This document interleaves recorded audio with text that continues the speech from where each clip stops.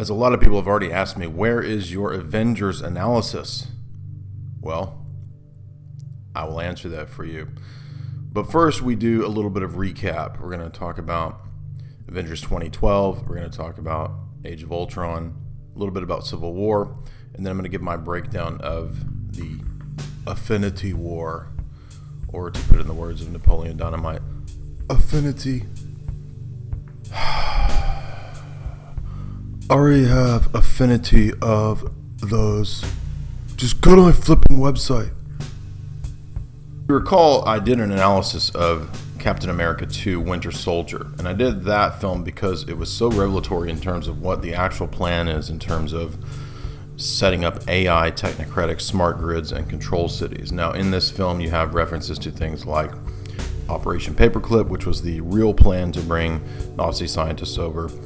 Not just Nazis, but scientists from a lot of different countries that had both fascist, communist, socialist views. We know that the OSS also worked hand in hand with not just Nazis, but also the Frankfurt School communists, as I pointed out many times. Now, these groups were brought over to erect not only the continuity of government, but as I'll be discussing in my next video, my next globalist book series, The Pentagon's Brain, by Annie Jacobson, the paperclip scientists actually designed the underground continuity of government bases. Now, if we look at the symbolism of the Red Skull, which of course is what appeared as Hydra in the original Hydra in Captain America 2 Winter Soldier, it of course includes not just the Red Skull, but also the 666. Now, the red we tend to think of as related to communism, but here it was used fascism and a kind of Nazi stand-in, right? And the Nazis after supposedly secret technology. Now, there's a lot of senses in which that was true, and here we have this combination of both fascism and communism working together under Hydra. And by the time we get to the Avengers, we see that Hydra actually stands for or represents NATO. Now, there's a lot of confusion and disinformation in the Marvel series because, of course, Marvel is a globalist corporation. In fact, I remember several years ago being at a comic convention where a friend of mine was beginning to break into comics, and they were actually having courses on ritual magic and comic books. So predictive programming and comics have always been very closely linked, and that's why we see so much revelation in these films, particularly the big blockbusters, as I've always said. So you're seeing here this reference to the Philosopher's Stone, America becoming the new Atlantis, very clearly as Hydra runs this New World Order. And part of their plan is both the communist and the fascist plan of mass depopulation. And that's going to run through the entire series, especially when we come to the later AI instantiations up into the Infinity War. If you read my analysis of Avengers 2012, you'll recall that there was an underground base wherein one of the infinity crystals, which is the Tesseract, right, which relates to kind of spatial relations and transcending space. It can also be harnessed as a kind of energy weapon. This is something that comes up in a lot of films. This came up in Interstellar. I analyzed this in my Interstellar analysis.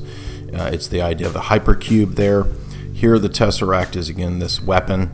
And in the case of the rest of the series, you're going to see that these other infinity stones are really clearly situated within the Luciferian or gnostic scheme of the universe. And it really hit home when I watched the latest installment of Avengers. I finally grasped what the whole thing is about.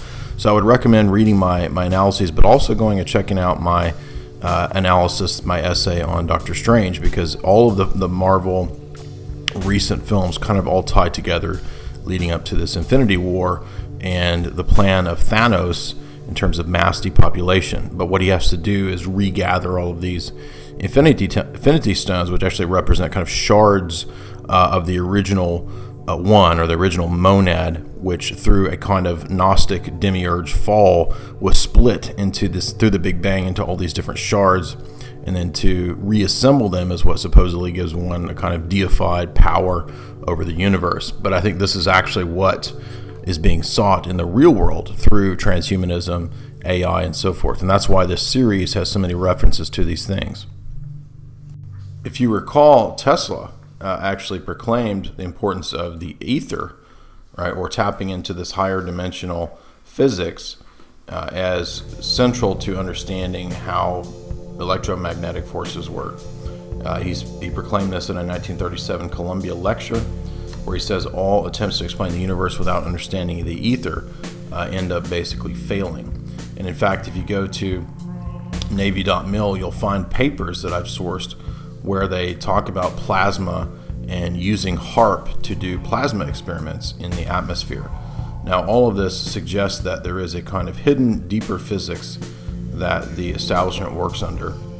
Meanwhile, they give everybody else the sort of fake mass consumption physics, as Dr. Farrell calls it, which I think he's correct there. And as we'll see when we look at Annie Jacobson's book on the Pentagon and DARPA and the origins of DARPA out of the Cold War, we're going to see that the goal of AI ties directly into the super soldiers, and that's exactly what Captain America is the older version of a super soldier project. All of this is literally real. There really was and really is a super soldier project.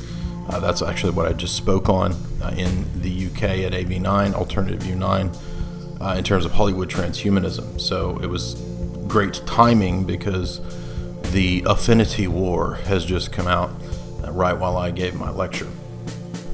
Now, as we move up to the Age of Ultron, we recall that Robert California played the AI killing machine that had come from the outer reaches of space, this transhumanist entity that was intent on depopulating.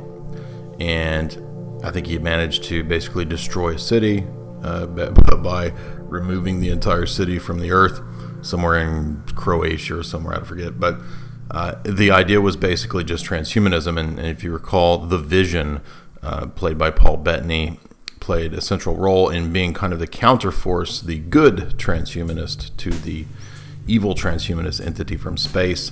However, the Vision, while being a kind of transhumanist version of the idea of Christian immortality or the resurrection, the Vision is almost like Dr. Manhattan from Alan Moore's esoteric Watchmen publication, because the Vision doesn't really have much sense of care or concern. He's kind of apathetic if you think of the end of Ultron. He's a little more humane in Infinity War. They give him some emotional attachment. But again, this is just the idea that through the mastering of both the mystic arts of someone like Doctor Strange combined with technology, you have the Arthur C. Clarke third law that magic and technology are basically the same thing under different names.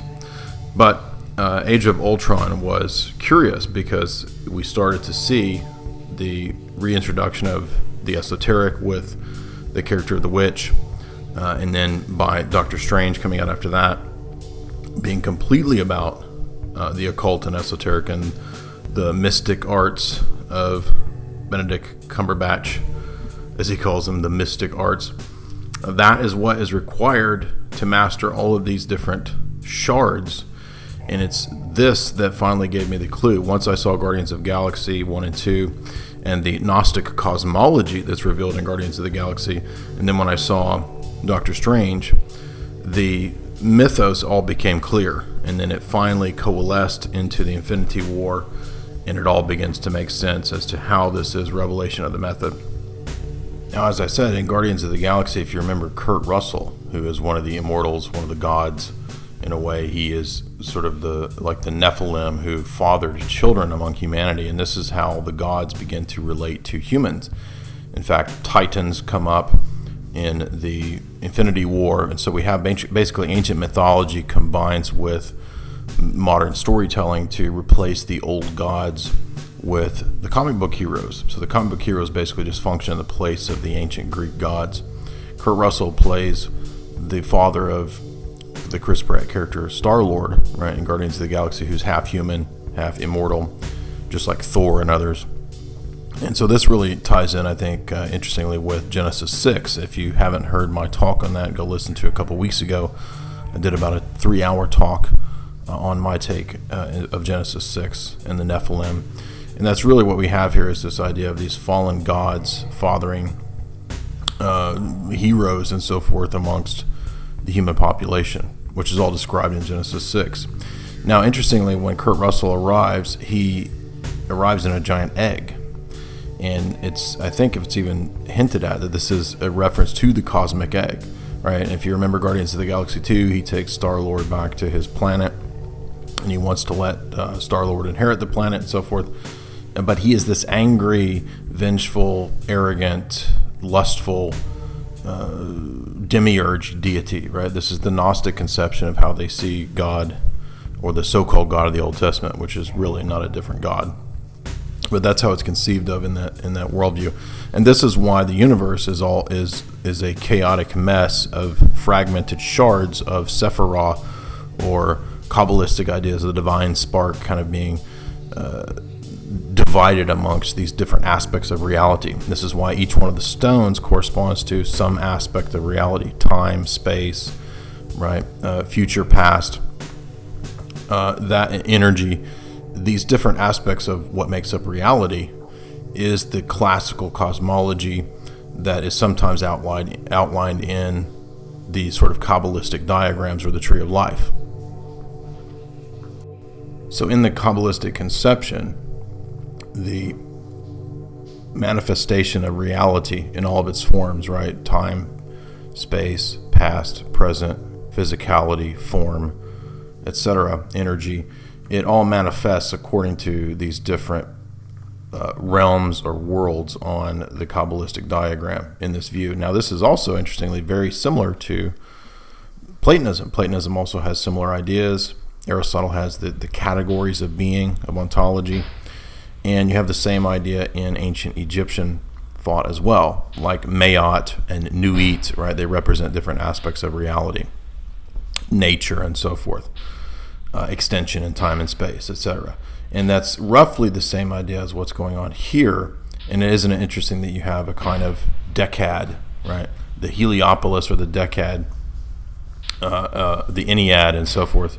The Ennead and the decad correspond to the Tetractys of Pythagoras, which corresponds to the Sephirah here, right? So these systems all ultimately kind of do coalesce into the same rough outlines, and the gods tend to stand in for different representations of powers or aspects of reality.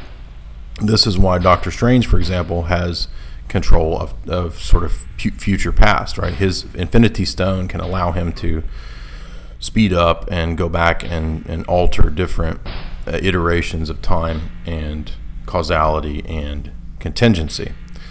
So the series is quite consciously Kabbalistic, is what I'm trying to say. And you can talk about Platonism, or you can talk about ancient Egyptian thought as well. Those systems are all trying to describe the same ways of speaking about aspects of reality. And that's all that it is. But it is interesting because the Guardians of the Galaxy 2 specifically presented Kurt Russell as the vengeful Gnostic demiurge, quite consciously, by the way, self-consciously.